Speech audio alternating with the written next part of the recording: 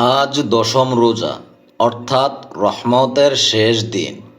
জানি না কোন ব্যক্তিকে আল্লাহ তাআলা কতটা রহমত দিয়েছেন। প্রিয় দিনী ভাই ও বোন, আমি আজকে এই ভিডিওতে আপনাকে ছোট্ট একটা দোয়া শিখিয়ে দিব, যেই দোয়াটা নবী করিম সাল্লাল্লাহু আলাইহি ওয়াসাল্লাম আমাদেরকে রমজান মাসে রহমতের 10 দিনে বেশি বেশি পড়ার কথা বলেছেন। এই দোয়াটা শিখিয়ে দিব ইনশাআল্লাহ। অন্তত একবার হলেও আজকের দিনে পাঠ করে যাবেন। এই দোয়ার কারণে হলেও অন্তত আল্লাহ তাআলা আপনাকে অনেক অনেক রহমত দান করবেন। মুমিনদের জীবনে মাহে রমজান আসে রহমত ও বরকতের সুসংবাদ নিয়ে। পবিত্র এই মাসে মুমিনরা সংযম ও সহনশীলতার উত্তম অনুশীলন করে থাকেন। তাই এই মাসে আল্লাহ তাআলা তার মুমিন বান্দাদের প্রতি অঝোর ধারায় রহমত ও বরকত বর্ষণ করেন।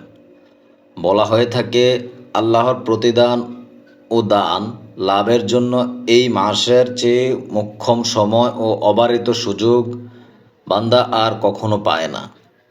হযরত মুহাম্মদ সাল্লাল্লাহু আলাইহি সাল্লাম বলেন, আল্লাহ রব্বুল আলামিনের কসম, মুসলমানদের জন্য রমজানের চেয়ে উত্তম কোনো মাস আসেনি এবং মুনাফিকদের জন্য রমজান মাসের চেয়ে অধিক ক্ষতির মাসও আর আসেনি।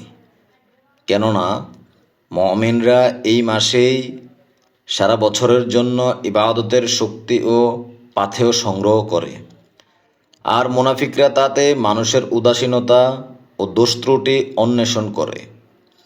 এই মাস মুমিনদের জন্য গনিমত আর মুনাফিকদের জন্য ক্ষতির কারণ। মুসনাদে আহমাদের হাদিস। এই রমজান মাসে অজস্র ধারায় আল্লাহ তাআলা রহমত বর্ষণ করেন। আজকে আমি যেই দোয়াটা আপনাকে শিখিয়ে দেব, এই দোয়াটা যদি আপনি পাঠ করেন ইনশাআল্লাহ দুনিয়া ও আখিরাতের জন্য আল্লাহ তাআলা যথেষ্ট হয়ে যাবেন। আল্লাহ তাআলার রহমত অঝোর ধারায় আপনার উপর বর্ষিত হবে। আর এই রহমত যদি আপনার উপর বর্ষিত হয়, দুনিয়াতে কোথাও আপনি আটকাবেন না। যখন কোনো বিপদ আপদে আমরা পড়ি, কোনো বালা মুসিবত আমাদের সামনে আসে, তখন আমরা বুঝতে পারি আল্লাহ তাআলার এই রহমত কি জিনিস। এই রহমতের দোয়াটা বেশি বেশি আমল করেন। অন্তত এই রহমতের শেষ দিনে একবার হলেও আমল করে যাবেন। সম্পূর্ণ ভিডিওটা মনোযোগ সহকারে দেখে শিখে যাবেন দোয়াটা এবং শেয়ার করে দিয়ে পরিবার পরিজন আত্মীয় স্বজন যারা আছে তাদেরকে শিখার সুযোগ করে দিবেন। আপনার কারণে কেউ যদি আমল করে, সেটার সোয়াব আল্লাহ তাআলা কিয়ামত পর্যন্ত আপনাকে দিবেন। রমজান মাসে বান্দাদের প্রতি আল্লাহ তাআলার অনুগ্রহ অনেক গুণ বেড়ে যায়। এই সময় তিনি নানা উপায় বান্দাদের আপন অনুগ্রহ সিক্ত করেন। এর অন্যতম নজির হলো, এই মাসে একটি ফরজ আদায় করলে আল্লাহ তাআলা 70 ফরজ আদায়ের সমপরিমাণ নেকি দেন। রাসূল সাল্লাল্লাহু আলাইহি ওয়াসাল্লাম বলেন, যে ব্যক্তি এই মাসে কোনো ফরজ আদায় করবে, সে অন্যান্য সময়ের 70টি ফরজ ইবাদতের সমান পুণ্য লাভ করে। সুবহানাল্লাহ। আল্লাহ তার বান্দাদের প্রতি দয়াপরশ হয়ে রমজানের প্রতি রাতে প্রথম আসমানে আসেন এবং বান্দাদের ডাকেন। রাসূল সাল্লাল্লাহু আলাইহি ওয়াসাল্লাম বলেন, আল্লাহ তাআলা প্রতি রাতের 3য় প্রহরে দুনিয়ার আসমানে অবতরণ করেন এবং বলতে থাকেন, কে আছো আমাকে ডাকবে, আমি তার ডাকে সাড়া দেব। কে আছো আমার কাছে চাইবে, আমি তাকে দান করব।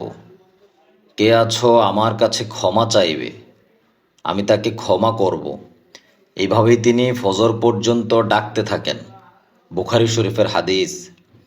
আমি এখানে তাহাজ্জুদের সময়ের কথা আপনাকে বোঝাতে চেয়েছি। এই তাহাজ্জুদের সময় আপনি যদি দোয়া করেন, আল্লাহ তাআলা আপনার দোয়া অবশ্যই কবুল করে নেবেন। তবে কিছু শর্ত রয়েছে। প্রথম শর্ত হচ্ছে আল্লাহ তাআলার উপর পরিপূর্ণ বিশ্বাস ও আস্থা রাখতে হবে। দ্বিতীয়, হারাম খাওয়া যাবে না। 5 ওয়াক্ত নামাজ সময় মতো পড়তে হবে। প্রিয় মা ও বোনেরা, আপনাদের কাছে আমি বিনীতভাবে অনুরোধ করব, এই রমজান মাসে কাজের ব্যস্ততার কারণে অনেকেই নামাজ থেকে বঞ্চিত হয়। নামাজটা ঠিক রাখার চেষ্টা করবেন।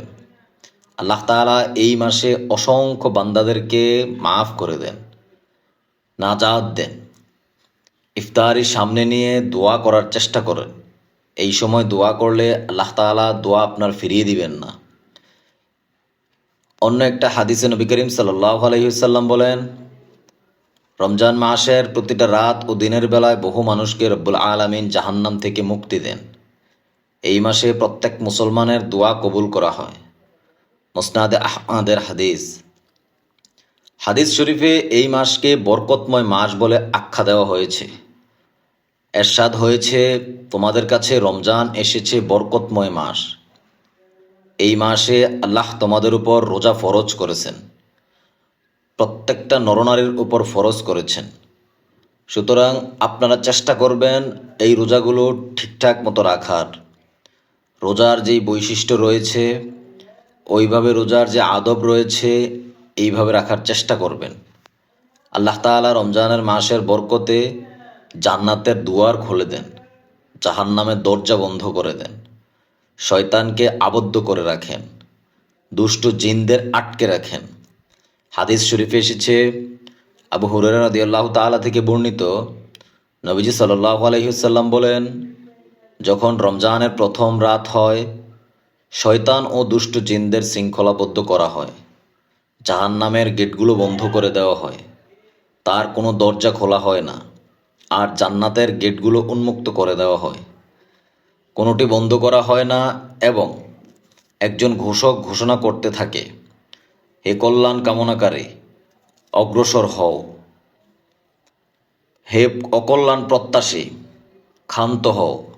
আর প্রতি রাতে আল্লাহ রাব্বুল আলামিন অনেক জাহান্নামীকে জাহান্নাম থেকে নাজাত দান করেন। তিরমিজি শরীফের হাদিস। আজকের দিনে আপনি এই ছোট্ট দোয়াটা পড়বেন। সেই দোয়াটা কি? লা ইলাহা ইল্লা আনতা লা শারীকা লাকা সুবহানাকা আল্লাহুম্মা ইন্নী আস্তাগফিরুকা লিজাম্বি ওয়া আসিয়ালুকা রাহমাতাকা। খুবই ছোট্ট দোয়া, 1 থেকে 2 মিনিট সময় লাগবে আপনার মুখস্থ করতে। আমি বাংলায় প্রত্যেকটা ভিডিও উচ্চারণ সহ দিয়ে থাকি, যেন আপনারা দেখে দেখে পড়তে পারেন উচ্চারণগুলো। দোয়াটার অর্থ কি, কেন আপনি পড়বেন, একটু শোনেন। তুমি ছাড়া আর কোনো প্রভু নেই, তোমার কোনো শরিক নেই, তুমি পাক পবিত্র। হে আল্লাহ, আমি তোমার কাছে আমার সমস্ত কৃত অপরাধের ক্ষমা চাই।